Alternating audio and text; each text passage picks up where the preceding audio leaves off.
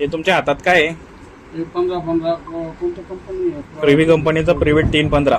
आता हे खाली वाटली आहे तुमच्या हातात, हे तुम्ही का घेऊन आले इथं?